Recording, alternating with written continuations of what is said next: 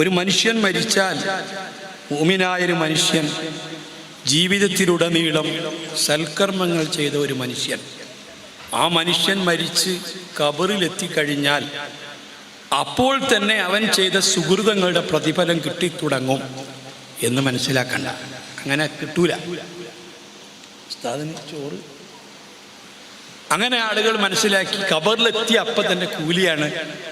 ഖബറിലെത്തിയാൽ ഉടനെ തന്നെ നിസ്കാരത്തിൻ്റെ, നാം ചെയ്ത അമലുകളുടെ, സ്വാലിഹായ പ്രവർത്തനങ്ങളുടെ പ്രതിഫലം കിട്ടിത്തുടങ്ങും എന്ന് നമ്മിൽ പലരും മനസ്സിലാക്കിയിട്ടുണ്ട്. അങ്ങനെയല്ല. യഥാർത്ഥത്തിൽ പ്രതിഫലത്തിൻ്റെ വീട് സ്വർഗ്ഗം, ശിക്ഷയുടെ വീട് നരകമാണ്. നാം സാധാരണ കേട്ട് പരിചയമുള്ള ആയത്താണ് കുല്ലു നഫ്സിൻ ദാഇഖത്തുൽ മൗതി വ ഇന്നമാ തുവഫൗന ഉജൂറക്കും യൗമൽ ഖിയാമ. നിങ്ങൾ ചെയ്ത പ്രവർത്തനത്തിൻ്റെ പൂർണ്ണമായ പ്രതിഫലം നിങ്ങൾക്ക് നൽകപ്പെടുന്നത് യൗമൽ ഖിയാമ, അത് ഖിയാമത്തു നാളിൽ മാത്രമാണ്. മനുഷ്യൻ ചെയ്ത അമലുകൾക്ക് കൂലി കിട്ടുന്നതും മനുഷ്യൻ ചെയ്ത തിന്മകൾക്ക് ശിക്ഷ കിട്ടുന്നതും അത് പൂർണ്ണമായ തലത്തിൽ കിട്ടുന്നത് അത് ഖിയാമത്തു നാളിലാണ്. ദുനിയാവിലും അങ്ങനെ തന്നെയാണല്ലോ.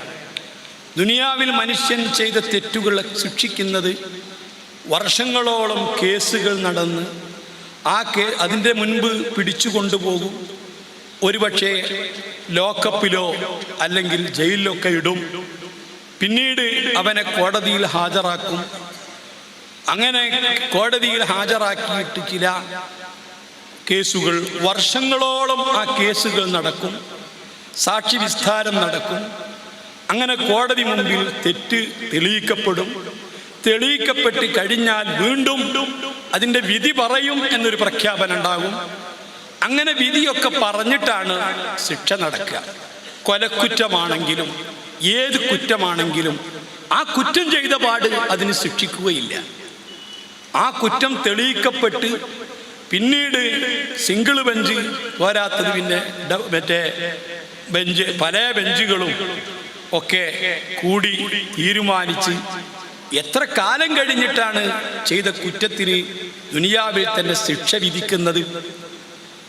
ആ ശിക്ഷ വിധിച്ച ശേഷമാണ് അവനെ ഇത്ര വർഷത്തേക്ക് ജയിലിൽ അല്ലെങ്കിൽ തൂക്കിലേറ്റാൻ അല്ലെങ്കിൽ വേറെ ശിക്ഷകളൊക്കെ വിധിക്കുന്നത്. അതുവരേക്കും അവൻ ചെയ്ത ആ തെറ്റിൻ്റെ ശിക്ഷ അവന് വിധിച്ചിട്ടില്ല. ആ ശിക്ഷ അവൻ അനുഭവിക്കുന്നില്ല. അതിൻ്റെ മുമ്പൊക്കെ കിട്ടിയ ശിക്ഷ അത് പുറമെയാണ്. ഇപ്പോൾ നമുക്കൊക്കെ അറിയാം, ബഹുമാനപ്പെട്ട അബ്ദുൽ നാസർ മഅ്ദനി ചെയ്യാത്ത കുറ്റത്തിൻ്റെ പേരിൽ എന്ന് പറയുന്നു. എത്ര കാലമായി അദ്ദേഹം ജയിലിൽ കിടക്കുന്നു. അദ്ദേഹത്തിൻ്റെ അവസ്ഥ എന്താണ്? അല്ലാഹു തആല സലാമത്ത് കൊടുക്കുമാറാവട്ടെ. എന്തുകൊണ്ടാണ്? അദ്ദേഹത്തിൻ്റെ കുറ്റം തെളിയിക്കപ്പെട്ടിട്ടില്ല, വിചാരണ നടന്നിട്ടില്ല, ജഡ്ജി ശിക്ഷ വിധിച്ചിട്ടില്ല. ഇനി അത് വിധിച്ചാലൊക്കെ വേറെ ഉണ്ടാകും. തൂക്കിലേറ്റാൻ വിധിച്ചാലോ അല്ലെങ്കിൽ ജീവപര്യന്തം വിധിച്ചാലോ ഇരട്ട ജീവപര്യന്തം വിധിച്ചാലോ അതൊക്കെ വേറെ അനുഭവിക്കണം.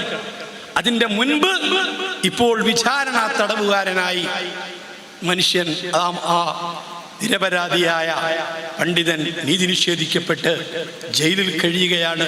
ഇപ്പൊ ജയിലിൽ നിന്ന് കഴിഞ്ഞ് ഇപ്പോൾ വീട്ടുതടങ്കലിലോ ഏതോ അർത്ഥത്തിൽ ഇപ്പോഴും അദ്ദേഹം ശിക്ഷ അനുഭവിച്ചുകൊണ്ടിരിക്കുകയാണ്. യഥാർത്ഥത്തിൽ അയാളെ ശിക്ഷ വിധിച്ചിട്ടില്ല.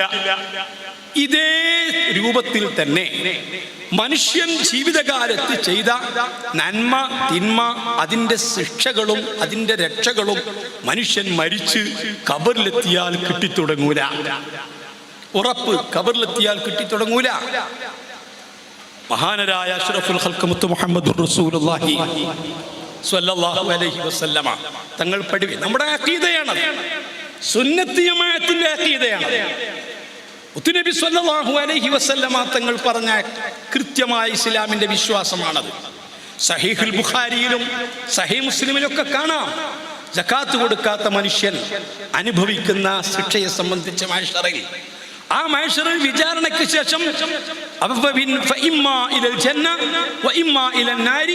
പിന്നെ വിധി കഴിഞ്ഞിട്ടാണ് ഒരുപക്ഷെ അവൻ സ്വർഗത്തിലേക്ക് അല്ലെങ്കിൽ നരകത്തിലേക്ക്.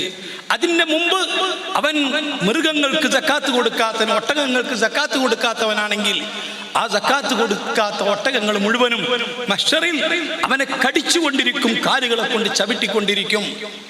കാളകളാണെങ്കിൽ അവനെ കൊമ്പ് കൊണ്ട് കുത്തിക്കൊണ്ടിരിക്കും, കാലുകൊണ്ട് ചവിട്ടിക്കൊണ്ടിരിക്കും. ആടുകളാണെങ്കിൽ അവനെ കുത്തിക്കൊണ്ടിരിക്കും, അവനെ നിരന്തരം ആക്രമിച്ചു കൊണ്ടിരിക്കും.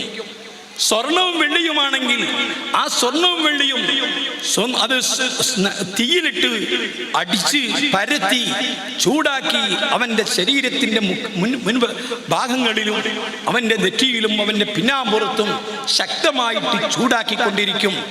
50,000 കൊല്ലത്തിന്റെ ദൈർഘ്യമുള്ള ഒരേ ദിവസത്തിൽ അവൻ അനതൊക്കെ അനുഭവിക്കേണ്ടി വരും. അതിനുശേഷമാണ് വിചാരണ നടക്കുന്നത്, അതിനുശേഷമാണ് അവനെ ഹിസാബ് നടക്കുന്നത്, അതിനുശേഷമാണ് ശിക്ഷ വിധിക്കുന്നത്. അപ്പൊ ശിക്ഷ വിധിക്കുന്നതിന്റെ മുമ്പ് തന്നെ ഈ തെറ്റുകൾക്കൊക്കെ ശിക്ഷ അനുഭവിക്കേണ്ടി വരും. ആ ശിക്ഷ അനുഭവിക്കുന്നത് തൗബ സ്വീകരിച്ച മനുഷ്യൻ്റെതായിരിക്കും. മനുഷ്യൻ ചെയ്തതായിരിക്കുന്ന തെറ്റുകള്, ഞാനും നിങ്ങളും ജീവിതത്തിൽ എന്തെല്ലാം തെറ്റുകൾ ചെയ്തിട്ടുണ്ടാകും. ഇന്ന് കാലത്ത് സുബ്ഹിക്ക് എഴുന്നേറ്റത് മുതൽക്ക് ഈ സമയമാകുന്നത് വരെ എന്തെല്ലാം ഹറാമുകൾ ചെയ്തിട്ടുണ്ട്, എന്തൊക്കെ ഹറാമുകൾ കേട്ടിട്ടുണ്ട്, എന്തൊക്കെ ഹറാമുകൾ സംസാരിച്ചിട്ടുണ്ട്, എന്തൊക്കെ ഹറാമിലേക്ക് കണ്ണുകൊണ്ട് നോക്കിയിട്ടുണ്ട്, എന്തെല്ലാം ഹറാമുകൾ കാതുകൊണ്ട് കേട്ടിട്ടുണ്ട്, എന്തെല്ലാം ചിന്തിച്ചിട്ടുണ്ട്. ആരെക്കുറിച്ചൊക്കെ നമ്മൾ ചർച്ച ചെയ്തിട്ടുണ്ട്. രാഷ്ട്രീയ പാർട്ടികളെ കുറിച്ച് ചർച്ച ചെയ്തിട്ടുണ്ട്, ഇലക്ഷനെ പറ്റി ചർച്ച ചെയ്തിട്ടുണ്ട്, അടുത്ത ഇലക്ഷനിൽ ജയിക്കുമോ എന്ന് ചിന്തിച്ചിട്ടുണ്ട്, അതിനെക്കുറിച്ച് നമ്മൾ സംസാരങ്ങൾ നടത്തിയിട്ടുണ്ട്. ഇങ്ങനെ എന്തെല്ലാം സംസാരിച്ചിട്ടുണ്ട്.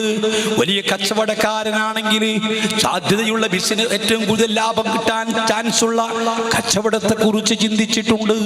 വലിയ ഗൾഫിലും മറ്റും ബിസിനസ് ഉള്ളവനാണെങ്കിൽ അവിടുത്തെ ബിസിനസിനെ കുറിച്ച് ചിന്തിച്ചിട്ടുണ്ട്, സംസാരിച്ചിട്ടുണ്ട്.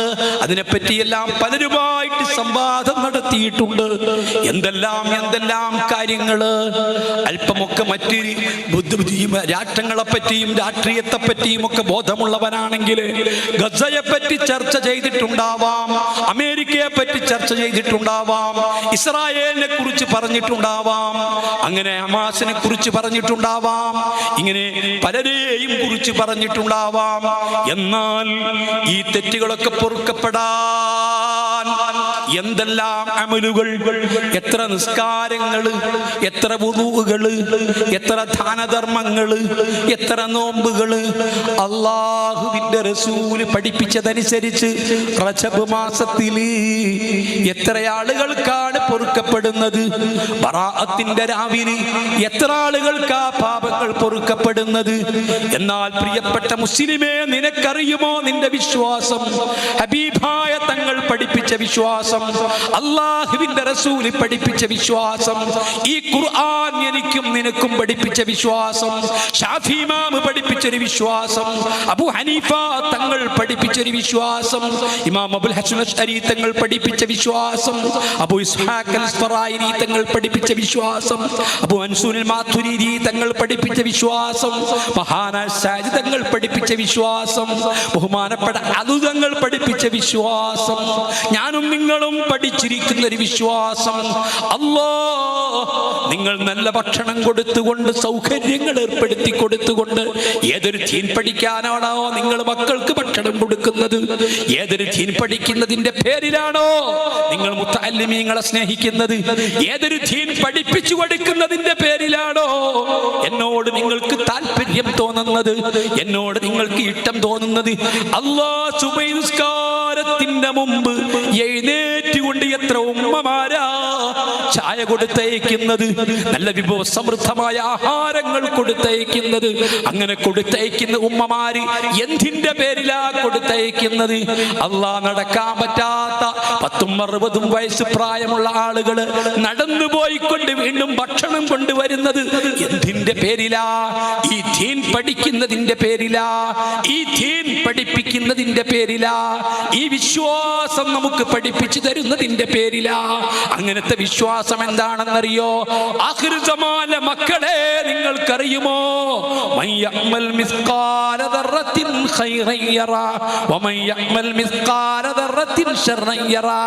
അണുമണി തൂക്കം ശർറ് ചെയ്തിട്ടുണ്ടെങ്കിൽ, എപ്പോഴെങ്കിലും ഒരു തെറ്റ് ചെയ്തിട്ടുണ്ടെങ്കിൽ, എപ്പോഴെങ്കിലും ഒരു തിന്മ ചെയ്തിട്ടുണ്ടെങ്കിൽ, ഒരു ഹറാം നിന്റെ ജീവിതത്തിൽ ചെയ്തിട്ടുണ്ടെങ്കിൽ, അറിഞ്ഞുകൊണ്ട് ചെയ്തിട്ടുണ്ടെങ്കിൽ, മനഃപൂർവ്വം ചെയ്തിട്ടുണ്ടെങ്കിൽ, അള്ളാഹു നിഷിദ്ധമാക്കിയ ഒരു കാര്യം നീ ചെയ്തിട്ടുണ്ടെങ്കിൽ, ഹറാമിലേക്ക് നോക്കിയിട്ടുണ്ടെങ്കിൽ, ഹറാമിൽ നീ രസം കണ്ടെത്തിയിട്ടുണ്ടെങ്കിൽ, ഹറാം നിന്റെ വയറ്റിലേക്ക് നീ കഴിച്ചിട്ടുണ്ടെങ്കിൽ, ഹറാം നിന്റെ ചുണ്ടിൽ തിരികെ വെച്ചിട്ടുണ്ടെങ്കിൽ, ഹാൻസും പാൻപരാഗ് പോലെ ലഹരി വസ്തുക്കൾ നീ ഉപയോഗിച്ചു പോയിട്ടുണ്ടെങ്കിൽ, അന്യ പെണ്ണിനോട് കിന്നാരം പറഞ്ഞിട്ടുണ്ടെങ്കിൽ, അന്യ പെണ്ണിനോട് ചാറ്റ് നടത്തിയിട്ടുണ്ടെങ്കിൽ, അന്യ പുരുഷന്മാരുമായിട്ട് കിന്നാരം നടത്തിയിട്ടുണ്ടെങ്കിൽ, ചാറ്റ് ചെയ്തിട്ടുണ്ടെങ്കിൽ, അനാവശ്യമായിട്ട് സംസാരിച്ചിട്ടുണ്ടെങ്കിൽ, ഇക്കിളിപ്പെടുത്തുന്ന ഒരു നോട്ടം നീ നോക്കിയിട്ടുണ്ടെങ്കിൽ, ഇക്കിളിപ്പെടുന്ന ചിത്രം നീ കണ്ടിട്ടുണ്ടെങ്കിൽ, ഇക്കിളിപ്പെടുത്തുന്ന രൂപത്തിൽ ഒരു ചിരി നീ ചിരിച്ചിട്ടുണ്ടെങ്കിൽ,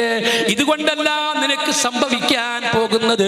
നിന്റെ തെറ്റല്ലാഹു പൊറുത്താലും നിനക്ക് മാപ്പ് ചെയ്താലും എവിടെയെങ്കിലും വെച്ച് റബ്ബ് നിന്നോട് അത് തീർക്കാതിരിക്കൂല.